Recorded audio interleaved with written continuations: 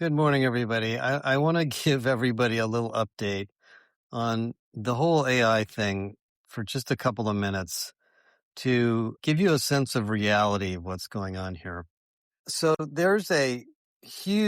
we have had a lot of meetings in New York this week with many, many companies with very high expectations about AI, people getting their hands on Claude and building things and assuming that they're instantly going to automate recruiting or talent management or employee experience or call centers or all these things. And I'm going to be talking a lot about this at our conference, but I want to just give you guys something to think about. We have been building our AI system for 3 years. And so we started early, Galileo. And it felt really easy in the beginning. In the beginning, we loaded it with our content. We turned it on.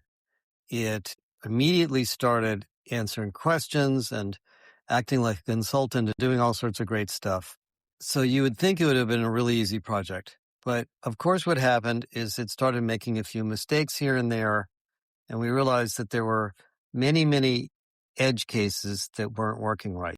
And over the last 3 years, what we've done is many, many things to tune it, improve it, make it more accurate, build prompts around it, give it workflows to the point where today, 3 years later, it's a completely different system.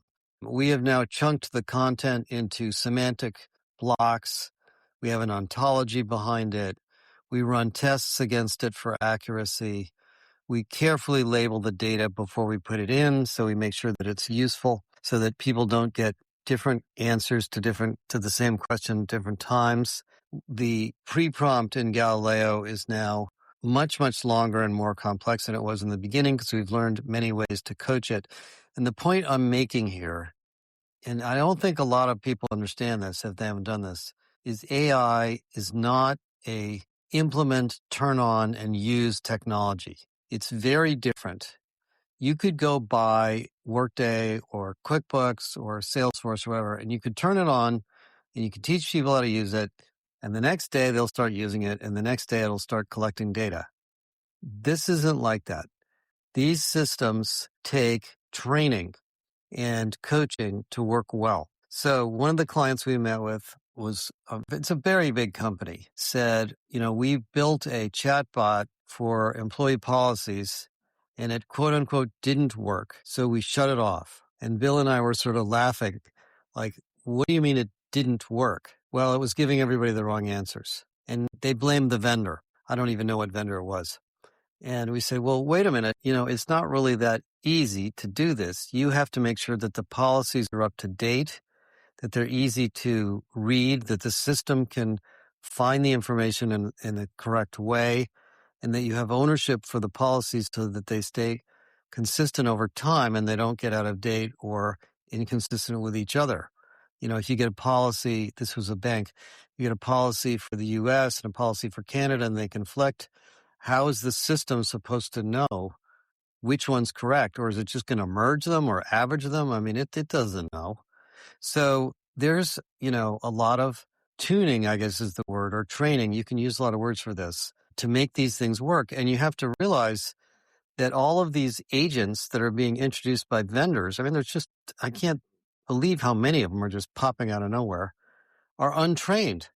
So how do you know if you buy an agent from vendor A that's a learning development agent, a coaching agent, an assessment agent, or whatever it is, that it's going to work correctly in your company, with your culture, with your data, with your content, with your people, with your business processes? You have no idea. And the chances are it's not going to work out of the box. These are not out of the box systems. These are systems that become you. These are systems that become your company. We've never had technology like this before, not in my life that I've ever seen. And this doesn't mean that it isn't incredibly powerful stuff. I mean, in some sense, this is why it's so powerful, is that the AI-driven agents or super agents learn and become better and better and better at what you're trying to do. I mean, Galileo is so much smarter now than it ever was before. I mean, I'm literally, astounded by what it does, to be honest. because it's learned so much from what we've given it. But I would not have predicted that. And it certainly didn't act that way the first week that we turned it on. Now, the funny thing about this whole AI space is nobody that I can see has created a methodology, quote unquote, for long-term improvement and optimization of your AI-based applications, your agents. We're learning it as we go. We're doing a lot of cool things. We called up Anthropic and they gave us advice on what they do, on how to manage these things.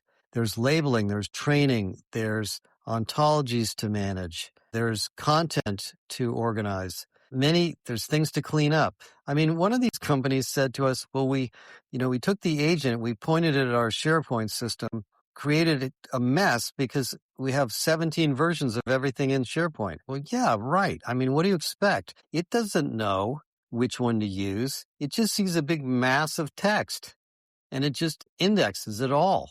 Every version of the document going back to the beginning of time is probably sitting on SharePoint. So we're going into a world here of systems that are very smart, very powerful, very capable, but they take maintenance and support. This is why we're not going to run out of things to do. This is why we're not going to be, laying off everybody in HR or in IT or anywhere else.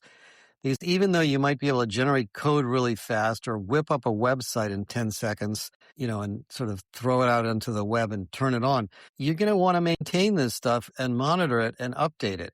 Otherwise, it's no good to you. So there's a weird, I guess, maybe misconception amongst many people that haven't done this yet, that this is stuff that you just sort of flip on and it's so miraculous it just works. And of course, Anthropic and OpenAI and Microsoft are selling it that way because, it is amazing and it does do amazing things. I mean, being able to summarize meetings or collapse spreadsheets into artifacts and create graphs and charts. I mean, it is amazing the first time you use it. The second time you use it, it's a little bit less amazing. And the third or fourth time, it's not amazing anymore. It just is what it is. And then you want it to be better and to work correctly and not just be half right or 3/4 right. So I guess my message on this little podcast here is take some time to talk to us or whoever you trust who have been through the learning curve on AI before you get your expectations too high. I mean, for example, one of the companies I met with a couple of weeks ago is building a global new hire onboarding program. These are very high return on investment jobs. They hire a lot of people and they want people to become productive quickly. And in different countries, there are different regulatory requirements for these jobs. So the way they do the onboarding and the training today is they have a call center with humans who have regulatory knowledge of each country they do business with. And the call centers work with the new hires to get them, onboarded into the company to fill their forms out and do their various taxes and stuff. And then they get them into the onboarding process, which is largely done by this team. And then the line managers take over after some period of time. And this is a financial services company. So they, come up with this, very, very interesting idea. Say, let's build an agent. It's really more of a super agent than an agent. But anyway, let's build an agent that does this. So they work with a bunch of vendors, and I won't mention the names, but anyway, they build this thing and they do a bunch of workshops and, internally to try to scope out how it's going to work. And they get it up and running. And one of the things they realized, which I guess is obvious, but maybe wasn't obvious when they started, is we have to pick the brains or understand all of the things that is in the heads of these call center agents that they've been doing through their own expertise, because it's not all written down. It's not like we write down everything we know. I don't write down everything I know. It just pops into my head because I just know it. So they've got to find a way to extract the, anecdotally learned information from this onboarding call center and dealing with all these regulatory things around the world to get the agent to know what these people know.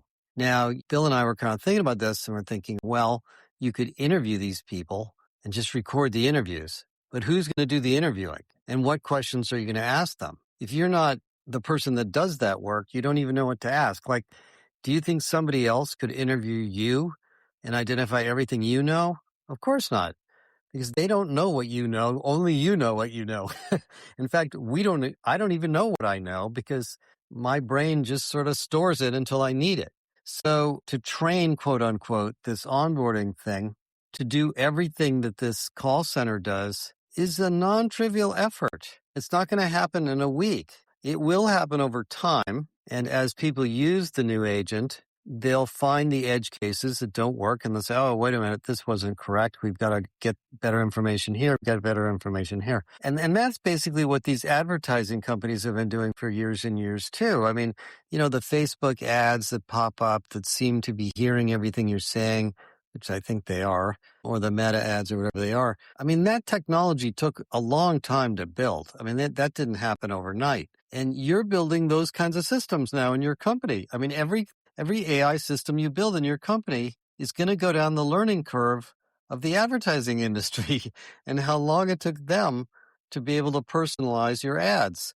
Now, it'll happen faster because the systems are much better, but you're going to have to be involved in that on an ongoing basis till the end of time, because these applications we're building in AI don't freeze in time. If you look at recruiting in a high volume retailer or say a restaurant chain or something, and you have a bunch of questions you're asking people and you have screening stuff and you have maybe some cultural things you want to identify during the selection or the screening process, you could probably figure that out relatively quickly. You could get recruiters to help you to find what those things are.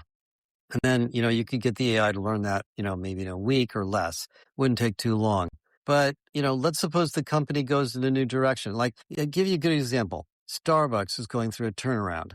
And I go to Starbucks usually in the morning to get an espresso. I mean, they've changed the culture a lot. I can see this as a customer. When I go to Starbucks now, they know my name. They say hello. They greet me. They're very, very different. Something has changed. They have changed the way they go to business and the way they're dealing with customers. It's good for them. I'm very happy about it. Well, that decision was made in corporate somewhere, and then it proliferated down into a whole bunch of training stuff. And then they had to do hiring stuff. And they had to decide that with this new cultural experience we want to create in the stores, are we hiring the right people? Well, if they had an assessment of some kind, which they probably do, and I know they do a lot of sourcing through AI because I know a lot about that stuff they're doing there, that's got to be tweaked. So that would have to be retrained. So these systems that we're building are miraculously good and powerful, but they need ongoing support. And so we're going to have these really interesting jobs in our companies to maintain, support, train, improve, update, modernize, whatever word you want to use, the intelligence systems that we have. And the applications are just spectacular. I think I told you guys about the media company that's going through risk assessment of different skills and jobs. I mentioned the onboarding. Yesterday, we had a whole bunch of people from talent acquisition talking to us about various applications. One of them is a chain of fitness centers, and they're, really, really trying to ramp up the hiring of trainers and, certified fitness professionals. And there just is such a shortage. They're going to build their own academy and their own certification. And they're worried that when those people get certified, they're just going to pick up and leave, which they probably would, right? I mean, they go look for another job.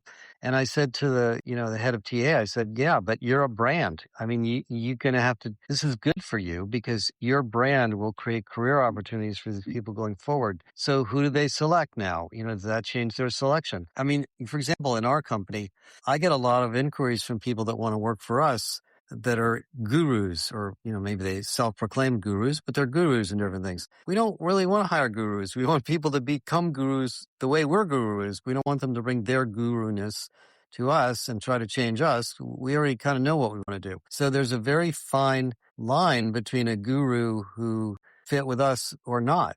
And so I would have to train our AI on that. So, my point is that this is a very, very interesting technology and take some time and we're more than happy to talk about this to you directly if you'd like, and learn from others what it took to make these agents that you're buying work well.